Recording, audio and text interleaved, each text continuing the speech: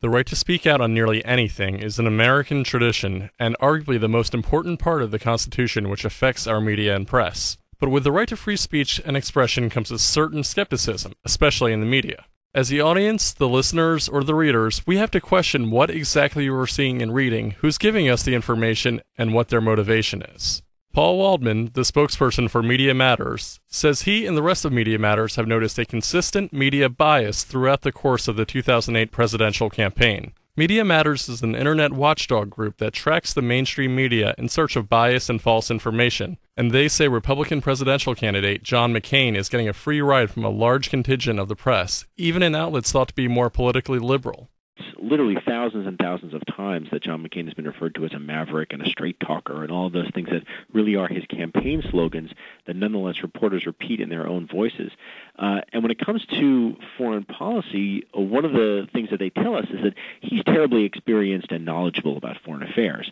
They decided a long time ago that that's true, and no matter how many of these gaffes he makes, no matter how many times he says that Iran is training Al-Qaeda, which is kind of like saying that the Yankees are training the Red Sox, or that the Anbar Awakening happened because of the surge, when the Anbar Awakening actually started a year beforehand. If it were Barack Obama saying these things, what would the press say? Well, they would say, well, this really raises questions about whether or not he really has the knowledge and understanding to be commander-in-chief.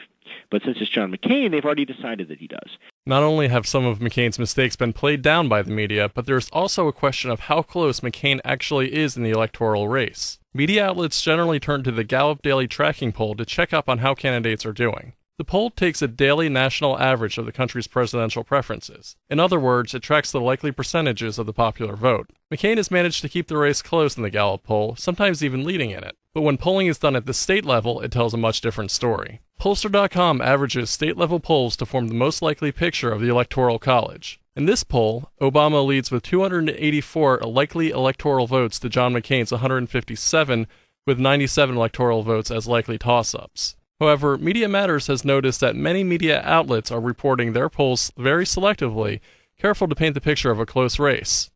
And that's probably their impulse, is to make it seem as close as possible. And I have noticed in the coverage of the polls, they always seem to find a way to bore down into the poll to find that nugget that's favorable to McCain.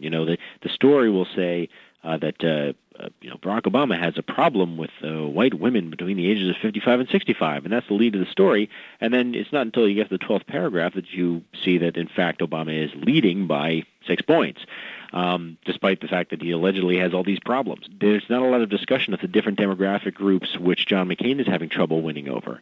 Whether we realize it or not, both entertainment and news programming on television, radio, and to some extent the internet are usually planned with a specific purpose and audience in mind. For the nationally broadcasted networks, that can become an issue. In order to draw in necessary audiences of millions of people, networks often have to appeal to the least common denominator.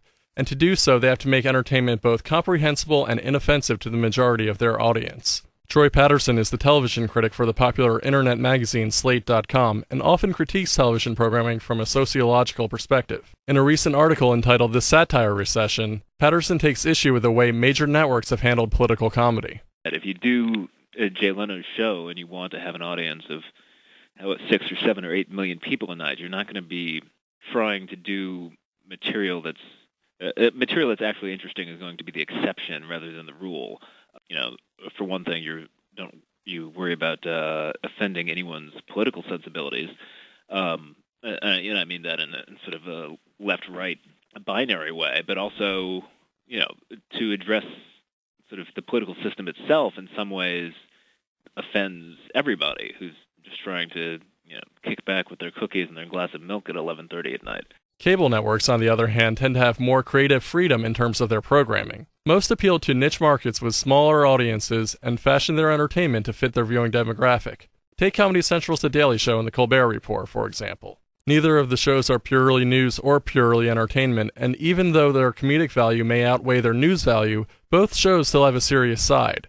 They base their jokes off daily headlines, and occasionally offer scathing criticisms of the government. The shows are so popular among the 18 to 34-year-old demographic that it is often their primary source of news. Patterson warns against taking Comedy Central's late-night lineup as a clear source of news, but he does acknowledge the shows have great value as opinion pieces.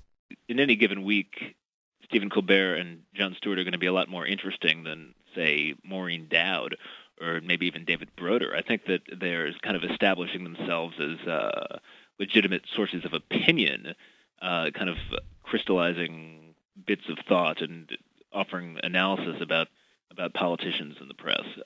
It of course wouldn't work without the original reporting, good and bad, done by serious news organizations. The Daily Show and The Colbert Report comment on real events, but what about the message sent by entertainment entirely based on fiction? The latest Batman movie, The Dark Knight, has been the runaway hit of the summer, and even though its success comes mostly from its action and acting, some are saying the film has political undertones. In a recent editorial piece in the Wall Street Journal, Andrew Klavan made the argument that Batman compares to George W. Bush as a hero.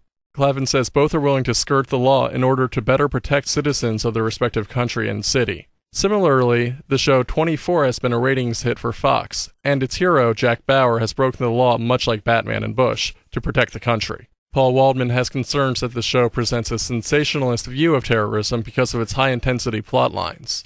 He says the show could make false impressions on Americans, causing them to favor anti-terrorism techniques that are unconstitutional and giving its viewers an oversimplified view of terrorism. What's really notable about 24 is not only is torture used, but there's always that mythical ticking time bomb scenario, which almost never happens in real life, and torture always works on 24. The terrorist always gives up the information that helps them get that stop that ticking time bomb from exploding, and it almost never works in real life. We found out recently that the techniques that the U.S. government uses to torture people, like sleep deprivation, like waterboarding, they've traced their origins back. I mean, waterboarding goes all the way back to the Spanish Inquisition, right. But things like sleep deprivation, a lot of it goes back to documents that came from the Chinese using them during the Korean War. Now, what were they used for? They weren't used to obtain information. They were used to obtain false confessions.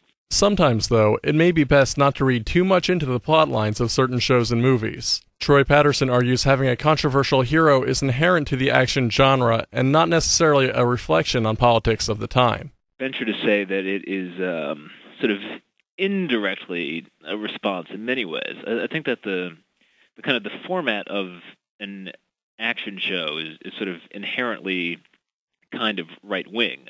That is to say that the director and the producers and the stars can be big Hollywood liberals, but just because of the way that an action show works and the need for sort of like explosions and punishments, the form has a point of view that's kind of inherently a little authoritarian, maybe. Even though most of the news and entertainment world does seem to have a political connection, especially now in the run-up to November's presidential election, politics are by no means the only thing affecting our entertainment.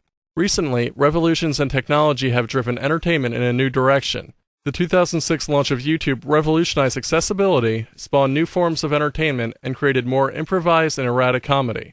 Now, just about anyone with a camera can reach a mass audience, and amateurs aren't the only ones picking up on that. Patterson says he's noticed major networks taking advantage of the YouTube sensation, and says he's seeing network comedies going in a different direction. I think that what people want from television is something that looks sort of kind of slick and produced and doesn't have the sort of the humbler charms of a lot of web video.